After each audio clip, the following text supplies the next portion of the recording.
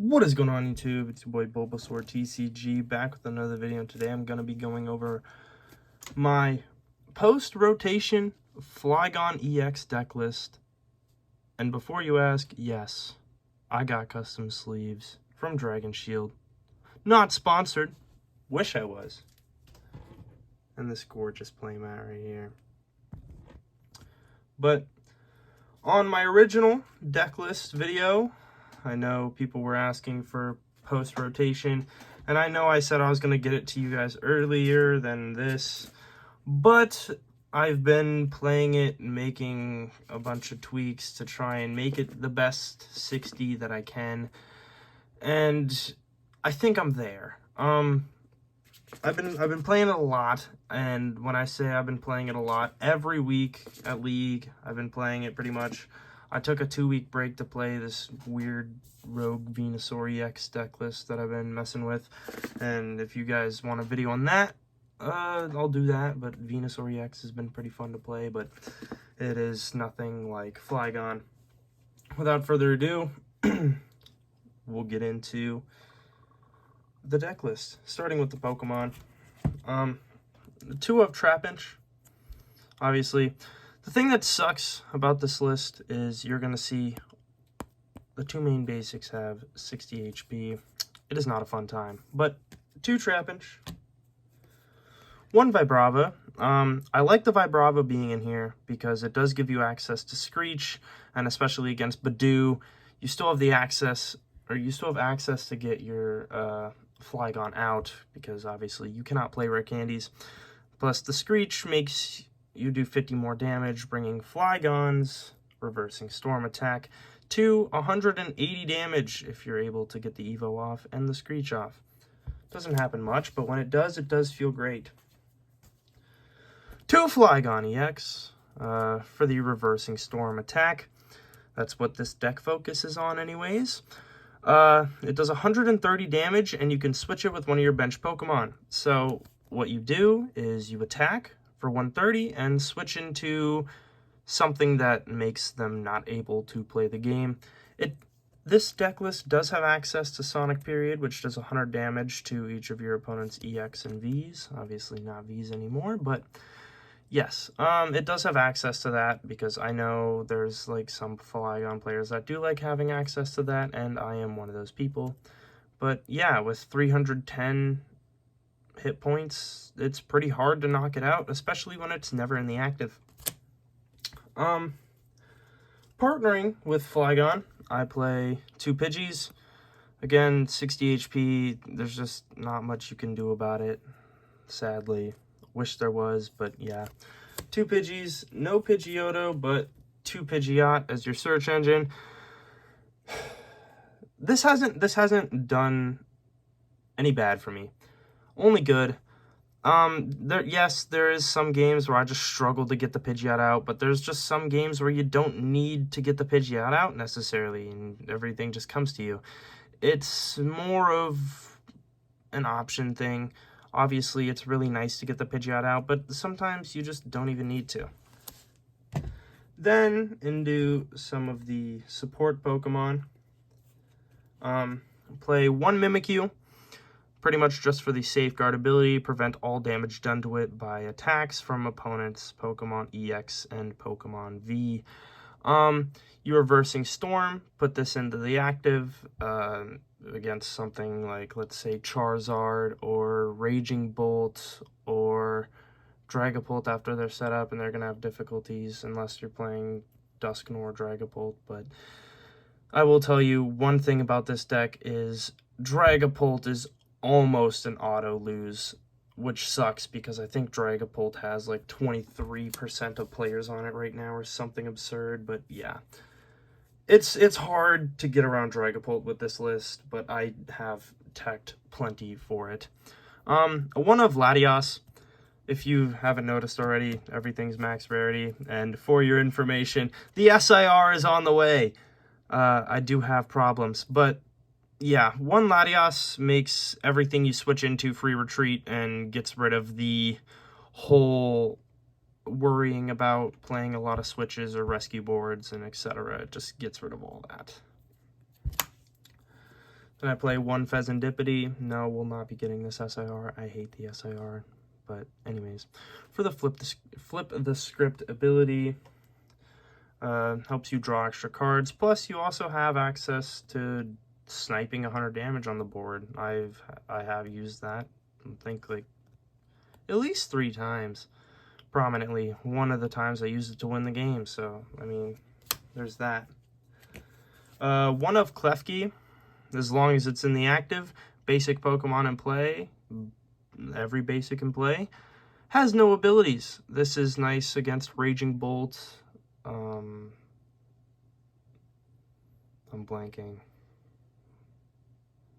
Raging Bolt shuts off Monkey Dory. Any deck that plays Teal Mask, really, like Hydrapple. Yeah, I mean, it just slows down your opponent enough, and I mean, it's pretty self-explanatory. Sorry, I got something in my sleeve. The one thing that does suck about that is it does shut off Latios, but it's alright. Then 1 Relor. I know I got the 40 HP one in there right now. You could change it to the 50, but it's the horse apiece, really. Yeah, and the Rabska to prevent all damage from effects of attacks of your opponent's Pokemon done to your bench Pokemon. Trying to save the Trapinch and the Pidgeys and stuff from the Dragapult is really the whole thing with the Rabska. What you want to do is you want to get the Rabska out before they can get the Dragapult out, and sometimes that's hard to do since it's a 1-1, but it's really the only way. Then I play 1 Wellspring Mask Ogerpon. This is something you could cut, but you already play the Water Energy for Flygon. You can do a quick 100 and then 120 to the bench and shuffle it back in and retreat lock your opponent even while you're setting up. So I think it's really nice to have, even though sometimes it doesn't see a lot of use. Same thing with the Cornerstone Ogerpon. Prevents damage from attacks done with Pokemon that have an ability. So like you play Charizard, or you play against Charizard, or you play against Raging Bolt, or something that has a prominent attacker with an ability, they just can't do damage to the Cornerstone, which is always nice to sit behind. I play 1 Blood Moon Ursaluna. Sometimes it doesn't see much play, but I do really like having it in the deck when I do play these weird 1-prizer decks that just keep chipping damage throughout the game, and you get to a point where it's like 1-1 each, and you can plop down the Blood Moon, attack for free, and win the game. Nice to just have in your back pocket at all times. And then the last Pokemon, I play Cleffa. I've had people try and get me to play Badoo. I hate Badoo, and one thing you'll notice when playing this deck is that sometimes it is really hard to get going, which is why having the Cleffa, or having access to the Cleffa early game makes everything so much easier. Trust, it makes everything 10 times easier. Into the supporters. A little bit of a heavier supporter count, actually, but it's alright. Play Arven. Item and a tool gets you, you'll see later, your max belt, the rescue board for the Klefki, your rare candies, your Buddy Poffins, your Nest and Ultra Balls, just anything you may need in the current moment. Arven is always nice. 2 Boss's Orders. One thing with Flygon, it being fighting type, you can target something like Pheasantipity. You can just bring it in and one hit KO it, or you can target lower HP EXs like Mew or Squawkabilly or something like that, and just get a nice easy KO. Play 1 Kieran to boost your damage output since Flygon only does 130. And this also gives you access to pivot if needed. Mainly in here for the damage boost though. 2 Iono. Gotta play Hand Disruption. I mean, it's just something you gotta do. And also, I mean, it helps you see cards. New cards at that, and helps you get away from the potential of bricking. I play 1 Chorus Tenacity. I play a Luminous Energy in here and 2 Artisan, as you'll see later. And having access to the Luminous Energy when you have something like a Mimikyu or a Rabsca stuck in the active and you just want to start chipping damage, having access to that is really nice. And then the last supporter, Professor Turo Scenario. This can be really annoying. For example, like, a lot of things don't have a counter to Mimikyu, so they'll be chipping damage with a low HP basic, then you just Turo, pick it up, put it back on the bench, switch it back in with the Latios, and it's reset, and from there you're knocking out whatever they're chipping damage with. So that's the supporters. Into the items. Only 2 Buddy Buddy Poffins. The only things you can grab off the Buddy Buddy Poffins are your Trapinch, your Pidgey. You can grab the Rellor, the Mimikyu, and the Cleffa. That's it.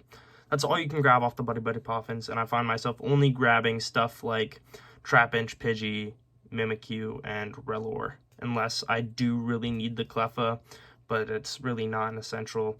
And for that reason, it's just, I mean, I play the Artisans, so having a low Buddy Buddy Poffin count isn't that bad. I mean, I wouldn't be too upset if you decided to add a third. I mean, that's not the biggest issue in the world, per se, but I just don't see the need. 3 Nest Balls. Everything you switch into is a basic EX at that, and so obviously playing the 3 Nest Balls will help you have access to all those, as well as 3 Ultra Balls to try and see your Flygons, your Pidgeots, your Rabscas, and etc. Pretty self-explanatory. 4 Rare Candies, as you were trying to Rare Candy into your Pidgeots and your Flygons instead of having to Evo with the Vibrava. Playing 4 helps you with the prizing, helps you find them, helps you not have a shortage, etc. It's just something that's needed.